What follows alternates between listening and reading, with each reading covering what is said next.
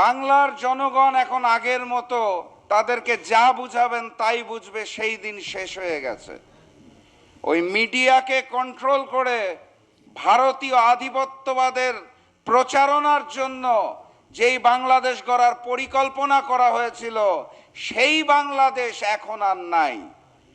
এখন আপনি আগের মতো করে আর বলতে পারবেন না যে 10 টাকা কেজিতে চাল খাওয়াবো।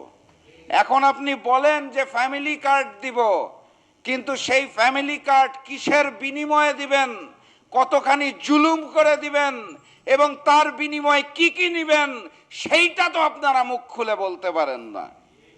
যেই দলের নেতা বাংলাদেশে নিজের মাতৃভূমিতে পা রাখবে কিনা সেটা সিদ্ধান্ত একা নিতে পারে না, সেই নেতার নেতৃত্বে নতুন বাংলাদেশের 18 কোটি মানুষ ফ্যামিলি কার্ড নিয়ে শান্তিতে থাকবে, এটা বাংলাদেশের কোনো পাগলও বিশ্বাস করে না।